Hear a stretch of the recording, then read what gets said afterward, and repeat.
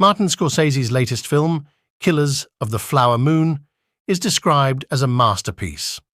The story revolves around the Reign of Terror, a dark chapter in American history where over 60 Native Americans from the Osage tribe were mysteriously killed between 1918 and 1931. The killings were driven by greed, with white men targeting the Osage tribe for their wealth. The film stars Robert De Niro as a classic gangster, with Leonardo DiCaprio delivering a breathtaking performance. Scorsese incorporates his trademark touches of camera angles, editing, and music to enhance the storytelling. Overall, the film is praised for its ability to shed light on the gritty and brutal reality of the past while showcasing Scorsese's style and talent. Martin Scorsese's film Killers of the Flower Moon is set in the late 1910s and revolves around the Osage tribe, who became wealthy after striking oil. Robert De Niro plays Hale, an entrepreneur who manipulates his nephew, played by Leonardo DiCaprio, into marrying an Osage woman to gain access to her inheritance.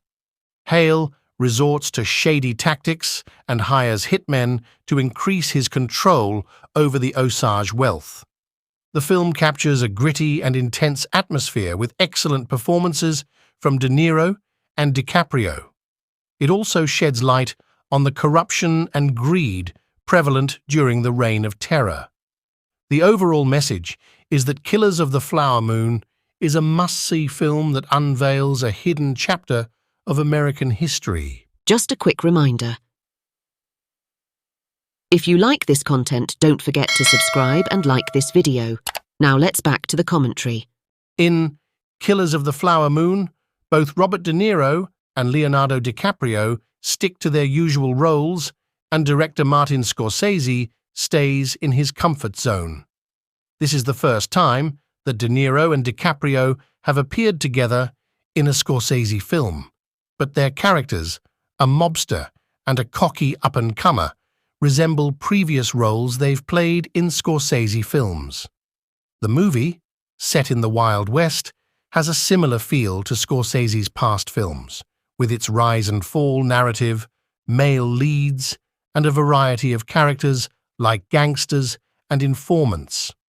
There are also stunning tracking shots and visually striking scenes with a touch of Catholic symbolism.